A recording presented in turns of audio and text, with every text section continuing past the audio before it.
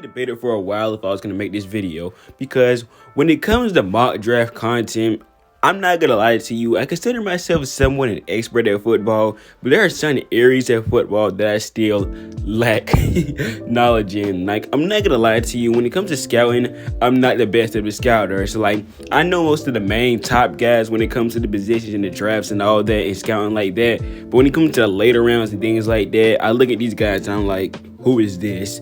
It's a thing I'm getting better at, and honestly, I think this year is something I'm getting better at, looking at later round receivers, corners, and people like that. Anyways, in this video, I'm going to be doing a 7-round Giants mock draft. I'm not going to be doing any trades as far as I know in this video. Most of this is going to come straight from PFF mock drafts. So basically, what you see is basically going to be simulated on PFF. And I'm going to be doing my analysis and why I picked that player. Basically like any other 7-round mock draft you'll see with any other team. But anyways, let's go ahead and jump into it. If you haven't yet, go ahead and like this video, comment, subscribe.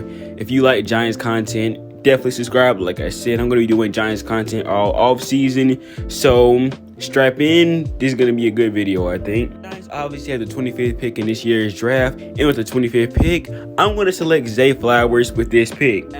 More recently, Zay Flowers has been, flying up my wide receiver board for the most part. The thing that intrigues me most about Zay Flowers, he's really fast, obviously. I literally like fast receivers for some reason, but he's going to be also a great rack receiver. So obviously, those are a few, big needs when it comes to receivers on your team. The thing that does, concern me the most about Zay Flowers is his hands. He does have a bit of an inconsistent hand issue, and we all know with the Giants, that's been an issue for them for a while now. Regardless, though, I think it's going to be a huge threat for any team that gets him. He's going to be a really electric player. So yeah, with this pick, I am going to select Zay Flowers for the 25th overall pick for the Giants. Next pick the Giants will have is the 57th overall pick in the 2nd round. Now the Giants, their O-line still needs some work. They need some work badly. They did just lose John Feliciano. Literally not even an hour before I make this video right now to the 49ers. So obviously, they're going to need somebody at center to replace him. Now, there have been rumblings that Ben Bredesen has been the guy to replace him at that center position. However, I'm not too fond of guys who play guard to move to center, because we all saw it with Nick Gates. He moved from center to guard. It didn't work out too well for him. And Feliciano was originally a center with the Bills. It didn't work out too well for him, and the Bills' O-line was actually way better when he was off the team. Every year in the draft, I always see a center I like. Last year, it was Tyler Linderbaum. I wanted him so bad. Obviously, the Ravens got him. And the year before that, it was Creed Humphrey. And I always had that one Giants fan that would tell me, no, don't reach for an interior offensive lineman. Creed Humphrey is one of the best centers in the league, and Tyler Linderbaum is going to be there eventually, and now people are going to regret that eventually. The Giants hopefully cannot do that again, and with the 57th overall pick, we are going to take Joe Tippmann out of Wisconsin. He has been an outstanding center for his whole career at Wisconsin, only allowing 1 sack his whole career. He's also a really good run blocker too. Most of the things I've seen him struggle with, at least for the most part, according to a lot of these scouting reports, is his leverage and footwork. Some of the things that we know another old lineman struggled with during his Giants tenure. You know who he is. But yeah, 57th overall pick, we're going to take Joe Tippmann. We've already added an electric threat at wide receiving core in Zay Flowers, and you've already added some mass to our old lineman in Joe Tippmann. This next pick, we all know the Giants secondary has been a secondary that's been up and down. It's not a secondary that's necessarily bad. It's not a bad secondary. However, the one thing the Giants have been missing last season was a corner too. Adoree Jackson couldn't do it by himself. Fabian Moreau, he showed up in some of these games, but on top of that, he's not, a corner two that you want to rely on for, a multi-year career, if you know what I'm saying. This next pick, I am going to target Eli Ricks, cornerback out of Alabama, and I'm surprised he hasn't been getting more hype, honestly. I know that Alabama is filled with guys like Brian Branch and things like that, but I'm still surprised he hasn't been getting a lot more talk. Wherever Eli Ricks goes, hopefully to my team, he is going to be a valuable asset, as when he's in man coverage, he has the ability to play either man coverage or off coverage. He also plays really physical, and that's something you kind of need in a defensive back nowadays. Something you also don't see in a lot of corners specifically nowadays. He is also going to be a really good corner when it comes to the run game as well. A few areas we can see Eli Ricks improving is the fact that he does struggle against receivers at top end speeds, especially going in the vertical direction. That is something he can improve in for the most part. On top of that, something that doesn't exactly, intrigue me the most is the fact he didn't get a lot of playing time when he was at Alabama. Regardless, though, I think Eli Ricks' other attributes and talents are good enough to want me to take a risk on him, and I think he can be a solid corner for any team, and hopefully the Giants. With this next pick, I was kind of, in a bit of a, hole, I would say. We did just sign Bobby Okereke, and on top of that, the Giants do still have linebackers like Gerard Davis, what's that guy's name? Darren Beavers, and then you have Micah McFadden. Now, obviously, Micah McFadden, I don't think he'd be a starter. I think he'd be a great special teams player or a great rotational linebacker, but I don't think he'd be a starter for a team. And with Darren Beavers, you don't know how he's going to come back from that torn ACL. And then with Gerard Davis, I think at this point, he's for the most part, obviously, maybe just a depth player, rotational player at this point too. So, with this next pick, 120th overall pick in the 2023 NFL Draft, I did select Darren Williams, a linebacker from Tulane. Now, what I like about linebackers the most, I like linebackers who can drop into coverage and go toe-to-toe with tight ends and, some receivers. Dorian Williams is a guy who can do specifically that. And if he's playing next to a guy like Bobby Okereke, who's already a great linebacker in his own right, I think that's going to make Darren Williams' job much more easy for him. Let's just say you don't even want to start him immediately. He was also a really great special teamer at Tulane as well. So if you want to put him in there, get him some practice, before you put him into a starting role, that could be good for him too. Now, even though he has some great intangibles for a linebacker, some great skills, I don't think he's going to be a player who comes in here immediately and produces. I think he's going to be a player who might need a couple games, maybe a whole full season before we see his full potential. Other than that, all his other intangibles do stand out to me in a big way, and I think he can be a great linebacker in the future for a team. So Dorian Williams, like I said, the 120th overall pick for the New York Giants, linebacker Tulane. This next one is another one that got me in a hole because, like I said, with guys like, Joshua Ezeudu, and then you have Marcus McKeithen coming back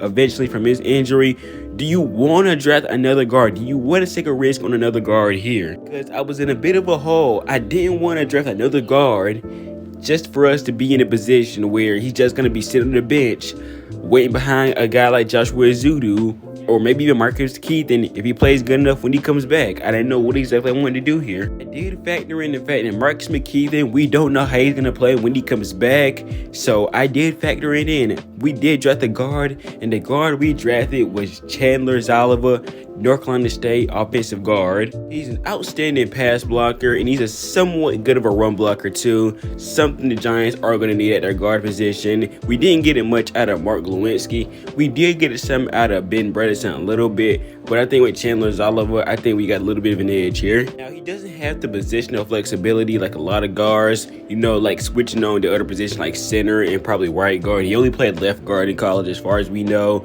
so that might be the only flaw I know out of him. You might see him struggle against certain types of speed and power pass rushers, but all that aside, I think he has a lot of great traits to have an offensive guard. Once again, with the 165th overall pick for the Giants, I am going to select Chandler Zalava, an offensive guard out of North Carolina State. Honestly, it would hurt me a lot to do this next pick because I didn't want to, but I decided it might be for the best. You don't know what's going to happen with Saquon, and this might be a great move to have just in case. But with the 172nd overall pick, the Giants are going to select Dwayne McBride, running back out of LSU.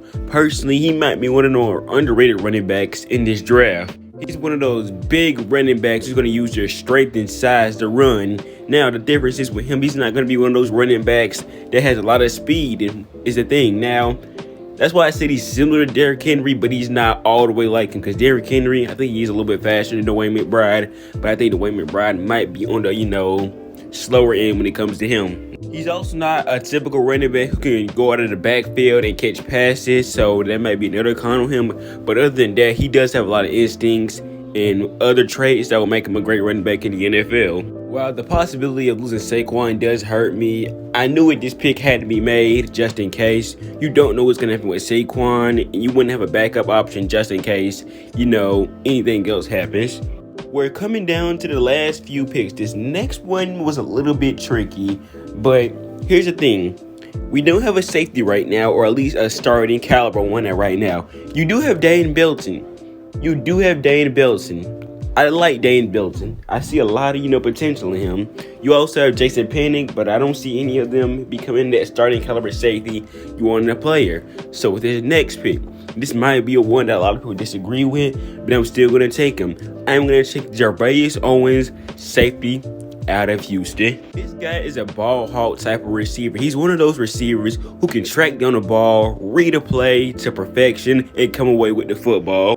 He's also another one of those safeties who's going to be good in the run game as well. Another valuable part as a defensive back. Aside from that, though, I don't really see a lot of bad in this guy, Maybe you guys may see some bad in him. The only bad I could probably see in him is the fact he may struggle in pursuit, which I know a lot of safeties do struggle with sometimes. Other than that, I think this guy's one of the more sleeper picks in this year's draft, in my opinion. We're down to the last three picks. And honestly, with these last three picks, these aren't necessarily players, that are probably going to be starters immediately. At this point, a lot of these guys are simply for depth purposes, except for maybe my last pick. I think a lot of you may or may not like that one, but I'll see when we get there. 240th overall pick. I'm even going to add some depth to the edge rusher position, and I'm going to add Tyrus Wheat, edge rusher out of Mississippi State. I haven't brought up stats much lately, but as a sophomore, he had 27 QB pressures, 13 QB hurries, 7 QB hits, and 7 sacks. As a junior, he had 37 pressures, 25 hurries, 9 QB hits, and 8 sacks. So obviously, not bad at all. Something you can build on. As an edge rusher, his hustle is amazing. He's also a really great tackler as well. He doesn't have the size, strength, and overall build for a traditional edge rusher,